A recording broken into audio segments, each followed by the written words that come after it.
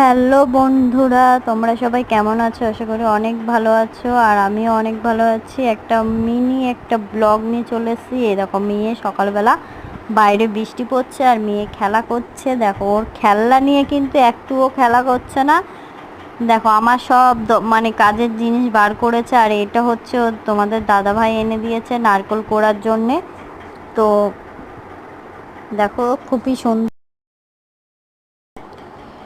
সুন্দরভাবে নারকেল কোড়া যায়। আর এইটা হচ্ছে তোমার পেঁয়াজ কারেন্ট যদি না থাকে, পেঁয়াজ যেমন আদা রসুন তোমরা করতে পারবে, কুচি কুচি করতে পারবে।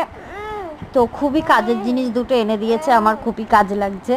তো তোমরা পারলে নারকেল কোড়াটা কিনে নিতে পারো, দাম খুব বেশি না, তোমাদেরও সুবিধা হবে কাজের। বাই।